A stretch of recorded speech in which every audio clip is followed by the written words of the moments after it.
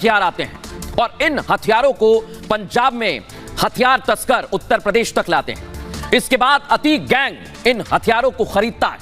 आप ये सोचिए कि ऐसे ही पूरे के पूरे बड़े खुलासे पहले भी हुए हैं। आज मैं आपको वो तस्वीर दिखा रहा हूं जब छापामारी के बाद हथियार मिले थे। वो आप देखिए जरा, कैश तो मिला ही था लेकिन हथियार मिले थे। फुल फ्रेम तस्वीर दिखाइए तो आप समझिए कि कैसे अतीक ने खुलासे किए और आज एक के बाद एक कई सारी तस्वीर सामने आई है।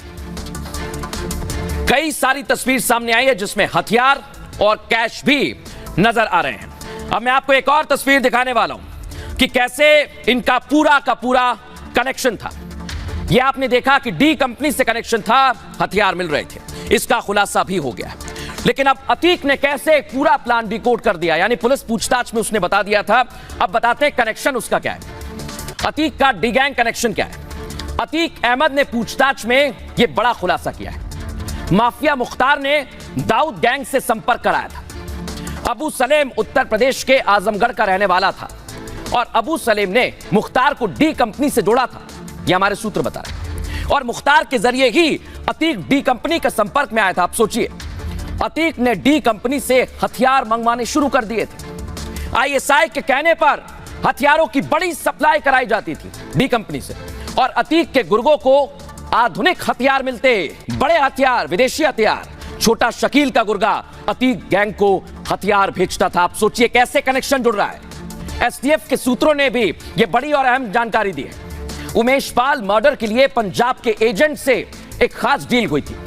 हथियार, गोला बारूद की करीब 2 करोड़ की डील का खुलासा हुआ है। इसमें 8 विदेशी पिस्टल, 4 रिवॉल्वर शामिल हैं जो डील में शामिल थे।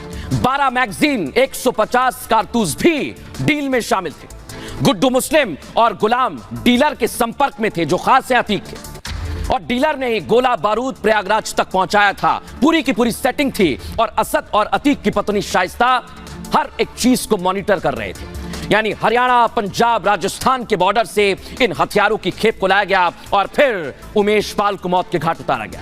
लेकिन आपको एक जानकारी और दे दें, ये पूरे के पूरे नेक्सस का खुलासा हो गया। एक्सपर्ट इस पर क्या कह रहे हैं, पूर्व डीजीपी विक्रम सिंह साहब को सुनिए जरा। अतीक और अशरफ की जो विस्तार से और बृहद पूछताछ एसटीएफ, एटीएस और पुलिस विभाग द्वारा की गई है, उसमें सनसनीखेज खुलासे सामने आए हैं। जिसमें से प्रमुख ये है कि अतीक के गिरोह ने जो पाकिस्तानी ड्रोन पंजाब में आते हैं और जिनमें स्वचालित हथियार और कारतूस आदि आते हैं, उनकी खरीद में उसका बराबर का हाथ रहा है।